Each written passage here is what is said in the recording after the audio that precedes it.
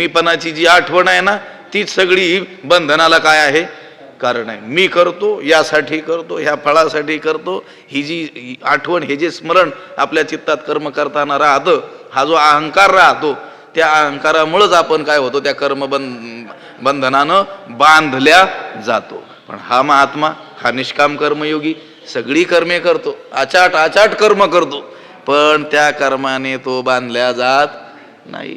आता हे पहा, ही जी प्राचीन स्थानं आहेत, यांचा जो जीर्णोद्धार केला गेला, तो काही कोणी सामान्य माणसांकडून झाला का? संत पुरुषांकडूनच झाला की नाही? बरं, त्यांना हे करत असताना, हे उभं करत असताना किती कर्म करावी लागली? आचाट कर्म. जे संसारी माणसं आहेत त्यांच्यापेक्षा अनेक पटीनं काय करावी लागली? कामं करावी लागली. पण ते करत असताना ते कर्मानं बांधले गेले का? नाही. कारण ते करत असताना मी हे कर्म करतो, हे स्मरणच त्यांना नाही आहे ना. लक्षात आलं का? त्यांचा भाव काय?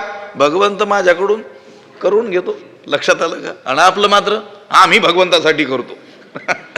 असं आपल्याला काय असतो? अहंकारात. इथंच आता वैकुंठवासी बंशीबाबांसारखे महापुरुष किंवा अन्यत्रही जे महापुरुष झाले, त्यांनी ही आचाट कर्म जी केली, ती करत असताना आपण जी कर्म करतो त्याच्या कितीतरी पटीनं कष्ट त्यांना उपसावे लागले. सतत कर्मामध्ये ते लिप्त असलेले आपल्याला दिसले, पण लिप्त झाले का? हे त्या कर्माने ते कर्मे न बंधी जाती, त्या कर्माने ते बांधल्या जात नाही. जे बुद्धीचे ठाऊनी देही तया अहंकाराची शेची नाही, म्हणून कर्म करिता पाही चोखाळले. म्हणजे आपल्यापेक्षा जास्त कर्म करून ते शुद्ध झाले आणि आपण मात्र कर्म करून बद्ध झालो.